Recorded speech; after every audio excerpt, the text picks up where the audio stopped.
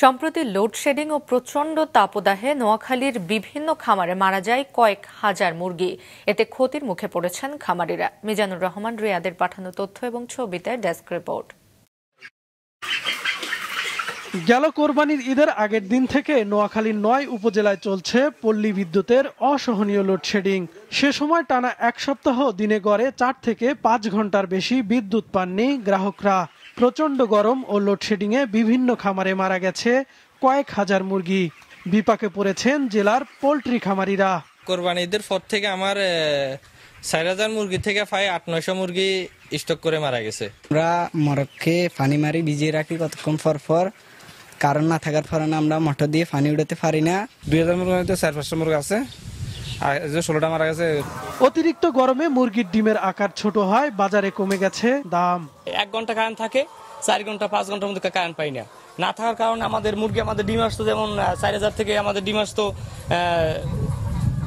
৩৮০০, এখানে ডিম আসতেছে ২৭০০। কারণ না থাকায় আমাদের মুরগি এমনি তো মরছে, আরো ডিম উৎপাদনটা আগের থেকে অনেক কমে গেছে। এখন লোডশেডিং কিছুটা কমে আসলেও কবে নাগাদ বিদ্যুৎ সরবরাহ পুরোপুরি স্বাভাবিক হবে এ বিষয়ে ক্যামেরার সামনে কথা বলতে রাজি হয়নি পল্লী বিদ্যুৎ কর্তৃপক্ষ। খামারিদের অভিযোগ, বিভিন্ন সময় ক্ষয়ক্ষতির মুখে পড়লেও জেলা প্রাণী সম্পদ অধিদপ্তরের কোনো সহযোগিতা পান না তারা। কোম্পানিগঞ্জে পানি সম্পদ অফিস আছে, আমরা ওই অফিস থেকে এরকম বারবার আমরা তাদেরকে বলার পরও এবং আমাদের মৎস্য খামারি ভাইরা বিভিন্ন রকম ক্ষয়ক্ষতি হওয়ার পরও বন্যার তাদের থেকেও আমরা কোনো ইতিবাচক সাড়া পাই নাই। আমরা তাদেরকে বারবার বলার পরও এরকম কোনো সাড়া পাই নাই। আর জেলা প্রাণী সম্পদ অধিদপ্তর বলছে এ খাতে কোনো বরাদ্দ না থাকায় সহযোগিতার তালিকা পাঠিয়েও কাজ হয় না।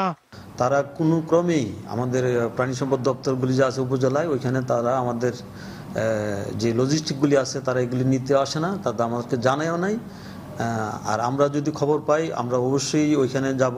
আমি আমার অফিসারদেরকে বলে দিয়েছি যে তারা যেন প্রত্যেকটি খামারে যোগাযোগ করে কি কি ক্ষতি হয়েছে জানায়।